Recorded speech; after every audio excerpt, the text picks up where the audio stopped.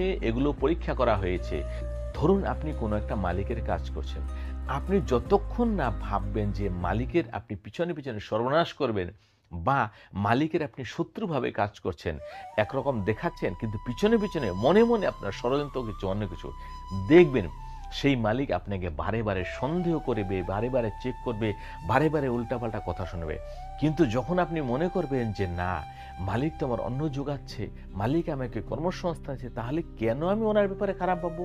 ওনার মঙ্গল হোক, আরও উনি আরও সুখে থাকুক এবং আমিও সুখে থাকি।